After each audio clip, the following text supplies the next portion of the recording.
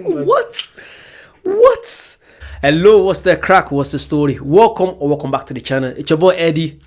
And Tyler. Welcome. Today I'm introducing Tyler to George Carlin. I've actually not seen this George Carlin's reaction, this George Carlin video. He's talking about stuff, but this guy's good. So I never heard of him before, So he's actually never heard of him. Like if I wasn't reacting, I probably would have never heard of this guy. But he's very, very good. I've seen some good stuff. But yeah, let's go. I would have been out here a little bit sooner, but they gave me the wrong dressing room, and I couldn't find any place to put my stuff. And I don't know how you are, but I need a place to put my stuff. So that's what I've been doing back there, just trying to find a place for my stuff. You know how important that is. That's the whole meaning of life, isn't it? Trying to find a place for your stuff. That's all your house is. Your house is just a place for your stuff. If you didn't have so much goddamn stuff, you wouldn't need a house. You could just walk around all the time. That's all your house is. It's a pile of stuff with a cover on it. You see that when you take off in an airplane and you look down and you see everybody's got a little pile of stuff. Everybody's got their own pile of stuff. And when you leave your stuff, you gotta lock it up. Wouldn't want somebody to come by and take some of your stuff. They always take the good stuff. They don't bother with that crap you're saving. Ain't nobody interested in your 4th grade arithmetic papers. They're looking for the good stuff. That's all your house is. It's a place to keep your stuff while you go out and get more stuff. Now, sometimes you've got to move. You got to get a bigger house. Why? Too much stuff. You've got to move all your stuff. And maybe put some of your stuff in storage. Imagine that. There's a whole industry based on keeping an eye on your stuff. Enough about your stuff. Let's talk about other people's stuff.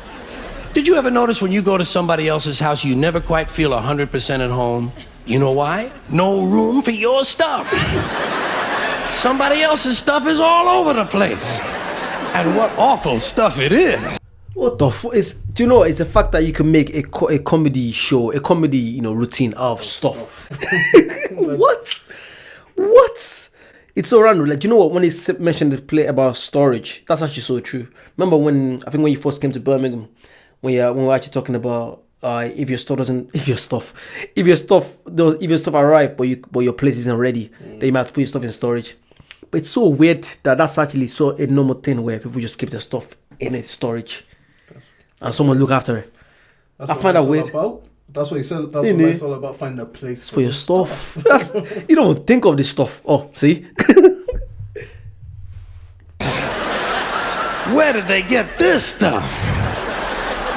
And if you have to stay overnight at someone's house, unexpectedly, and they give you a little room to sleep in that they don't use that often, someone died in it 11 years ago, and they haven't moved any of his stuff. Or wherever they give you to sleep, usually right near the bed there's a dresser, and there's never any room on the dresser for your stuff. Someone else's shit is on the dresser. Have you noticed that their stuff is shit and your shit is stuff? Get that off of there.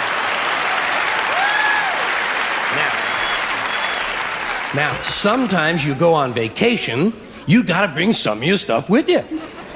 You can't bring all your stuff. Just the stuff you really like. The stuff that fits you well that month. Let's say you're gonna go to Honolulu. You're gonna go all the way to Honolulu. You gotta take 2 big bags of stuff. Plus your carry-on stuff, plus the stuff in your pockets. And you get all the way to Honolulu and you get in your hotel room and you start to put away your stuff. That's the first thing you do in a hotel room is put away your stuff. I'll put some stuff in here, put some stuff down there. Here's another place for some stuff here. I'll put some stuff over there. You put your stuff over there. I'm putting my stuff over here. Here's another place for some stuff. Hey, we got more places than we've got stuff. We're gonna have to buy more stuff. Yeah.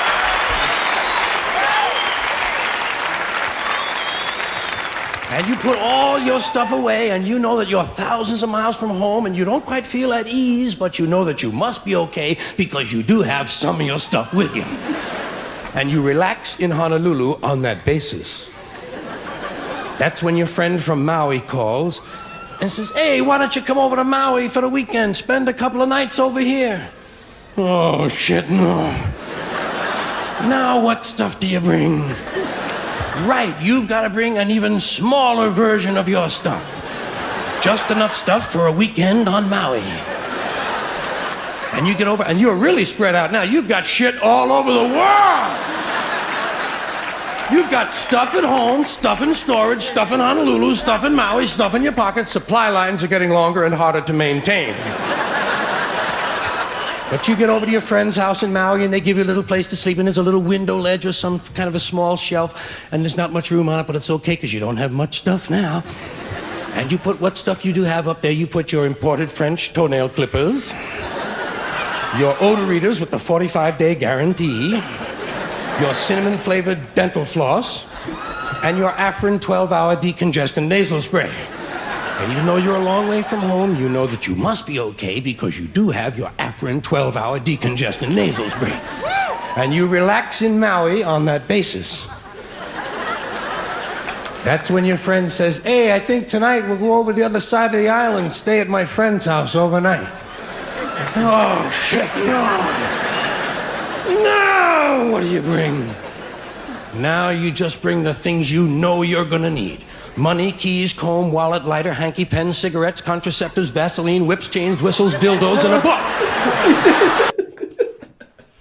I would have been... He's that kind of comic that, like, he's the way he thinks is so different. I can see that. He's such a different comic. Because there's been some... I actually reacted to something earlier today when I was reacting on earlier. I reacted to him talking about our planes walk, about you boarding the plane. How sometimes women with young kids first. Sometimes it's people in the military. But the way he does it, it's so different. It's not like today that you have to laugh. Like most comics today have you laughing like every 5-10 seconds of a story. He's more talking about facts than actual exactly education. It's more like I listen to him. I'm like, I'm not really, laughing out loud, belly aching laughing, but I agree what you're saying. It's more facts than comic. Literally. I feel like but sometimes I feel like I'm gonna show you ones I did. I'm like we're actually belly laughing. It's not bad. Let us know which ones you want us to check out next time. Make sure you like, comment, subscribe, and we'll see you very soon. Bye bye.